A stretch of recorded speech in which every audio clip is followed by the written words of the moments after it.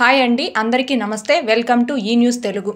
అన్నదాత సుఖీభవ పథకానికి సంబంధించి రైతులందరికీ ఒక ముఖ్యమైన సమాచారం అయితే రావడం జరిగింది. ఇక మీదట ఈకేవైసీ వేయని రైతులను కూడా ఈ పథకానికి అర్హులుగా గుర్తిస్తాము అని ప్రభుత్వం నుంచి తాజా సమాచారం అయితే రావడం జరిగింది. దీనికి సంబంధించి పూర్తి వివరాలను ఈ వీడియోలో తెలియజేస్తానండి. అలాగే అన్నదాత సుఖీభవ పథకం యొక్క ఈకేవైసీ స్టేటస్ ని ఎలా చెక్ చేసుకోవాలి అనేది ఈ వీడియో చివరిలో తెలియజేస్తానండి. సో ఈ వీడియో ఎక్కడ మిస్ కాకుండా చివరి వరకు చూడగలరు. అలాగే వీడియోస్ చూస్తున్న ప్రతి ఒక్కరు పర్టికులర్ గా మన వీడియోస్ ని లైక్ చేసి షేర్ చేయగలరు.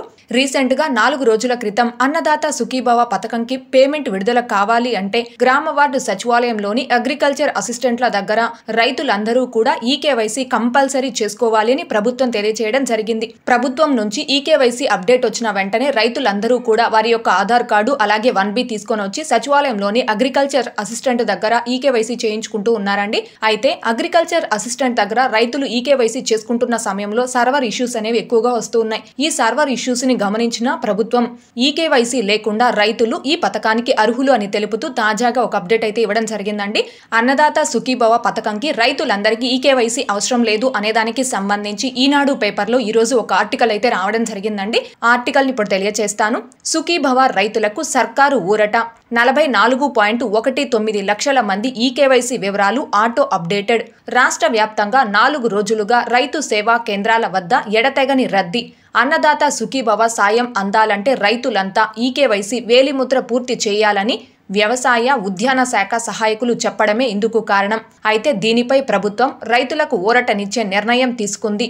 రైతులందరూ రైతు సేవా కేంద్రాలకు అంటే ఆర్బీకేల వద్దకు వచ్చి ఈకేవైసీ చేసుకోవాల్సిన అవసరం లేదని, ప్రభుత్వం వద్ద వివరాలు లేని కేవలం 1.45 లక్షల మంది అంటే 1,45,000 మంది రైతులు మాత్రమే వేలిముద్ర వేయాలని స్పష్టం చేసింది. ఈ మేరకు వారి జాబితాలను ఆర్బీకేలకు పంపించింది. దీంతో అర్హుల గుర్తింపు సులభతరం చేయనుంది. వాస్తవానికి రాష్ట్రంలో 45.65 లక్షల మంది అన్నదాత సుఖీభవ అర్హులుగా ప్రభుత్వం నిర్ణయించింది. 20వ తేదీలోగా వీరందరికీ ఈకేవైసీ చేయాలని ఆదేశించింది. దీంతో ఎక్కడెక్కడ ఉన్న రైతులంతా ఒక్కసారిగా పొలాల పాసు పుస్తకాలు, నకళ్లు, ఆధారు కార్డులతో సహా తరలి వచ్చారు. అక్కడ సిబ్బంది కూడా ఉదయం నుంచి ఇదే పనిలో నిమగ్నమయ్యారు. అయినా గడువులోగా పూర్తవుతుందో లేదోనన్న ఆందోళన నెలకొంది. ఈ నేపథ్యంలో వివిధ శాఖలు తీసుకున్న ఈకేవైసీ జాబితాలను సుఖీభవ అర్హులతో అనుసంధానించారు. మొత్తం 44.19 లక్షల మంది వివరాలు సరిపోలాయి. 1.45 లక్షల మంది మాత్రమే ఈకేవైసీ చేసుకోవాల్సి ఉందని తేల్చారు. అంటే రాష్ట్ర వ్యాప్తంగా 45,65,000 మంది రైతులు అన్నదాత సుఖీభవ పథకానికి అర్హులు కాగా వీరిలో 44,19,000 మంది రైతుల యొక్క ఈకేవైసీ అనేది ఆటోమేటిక్గా అప్డేట్ అవ్వడం జరిగిందండి. మిగిలిన 1,45,000 మంది రైతులకి సంబంధించిన ఈకేవైసీ మాత్రమే సచివాలయాల్లో అగ్రికల్చర్ అసిస్టెంట్ దగ్గర అప్డేట్ చేసుకోవాల్సి ఉంది. అండ్ అలాగే అన్నదాత సుఖీభవ పథకానికి సంబంధించి ఈకేవైసీ అప్డేట్ అయినటువంటి రైతులకి సంబంధించిన లిస్టు, కొత్తగా ఈకేవైసీ చేయించుకోవాల్సిన రైతులకి సంబంధించిన లిస్ట్ అనేది అన్ని సచివాలయాలకు కూడా రావడం జరిగింది.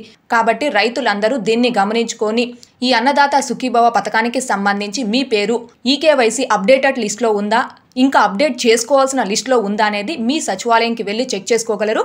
ఆల్రెడీ ఈకేవైసీ అప్డేట్ అయినటువంటి రైతులు మళ్ళీ కొత్తగా ఈకేవైసీ అప్డేట్ చేసుకోవాల్సిన అవసరం లేదండి. ఎవరికైతే ఈకేవైసీ అప్డేట్ చేసుకోవాలి అని సచివాలయంలో లిస్టు వచ్చి ఉంటుందో ఆ రైతులు మాత్రమే మీ ఆధార్ కార్డు, మీ పొలం పాసు పుస్తకం లేదా 1B తీసుకొని వెళ్లి సచివాలయంలో అగ్రికల్చర్ అసిస్టెంట్ దగ్గర ఈకేవైసీ చేయించుకోవాల్సి ఉంటుంది. Status check చేసుకునేదెలా?